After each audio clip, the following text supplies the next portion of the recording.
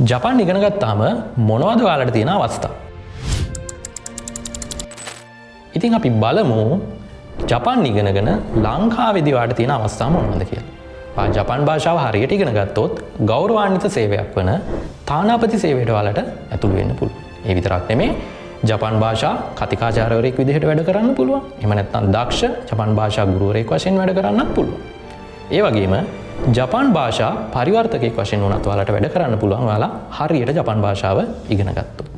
ඒ විතරක් නෙමෙයි. ලංකාවට විදේශ විනිමය ගේන සංචාරක මඟ පෙන්වන්නෙක් වශයෙන් උනත් ඔයාලට කටයුතු කරන්න පුළුවන් ජපාන් භාෂාව හරියට ඉගෙන ගත්තොත්. මේ මම කතා කළේ ලංකාව තුල තියෙන අවස්ථා කීපයක් ගැන. තව අවස්ථා ගොඩක් තියෙනවා ජපාන් භාෂාව හරියට ඉගෙන ගත්තොත්. ඊළඟට අපි බලමු ජපානෙට ගිහිල්ලා ජපාන් භාෂාව ඉගෙනගෙන ඔයාලට මොනවද කරන්න පුළුවන් කියලා. වැඩිදුර අධ්‍යාපනය සඳහා ඔයාලට ජපානයට යන්න පුළුවන්.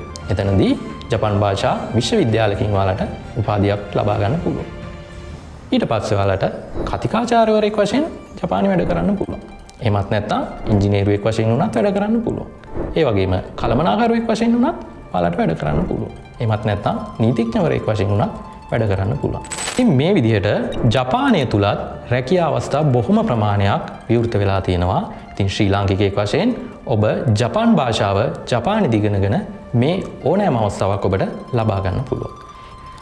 ඔබ කුමන තරාතිරමක හිටියත් නිවැරදිව, නිරවුල්ව හරියටම ජපාන් භාෂාව ඔයාලට කියලා දෙන්න ජපාන් හිනුදේ කෝපරේෂන් අපි සූදානම්.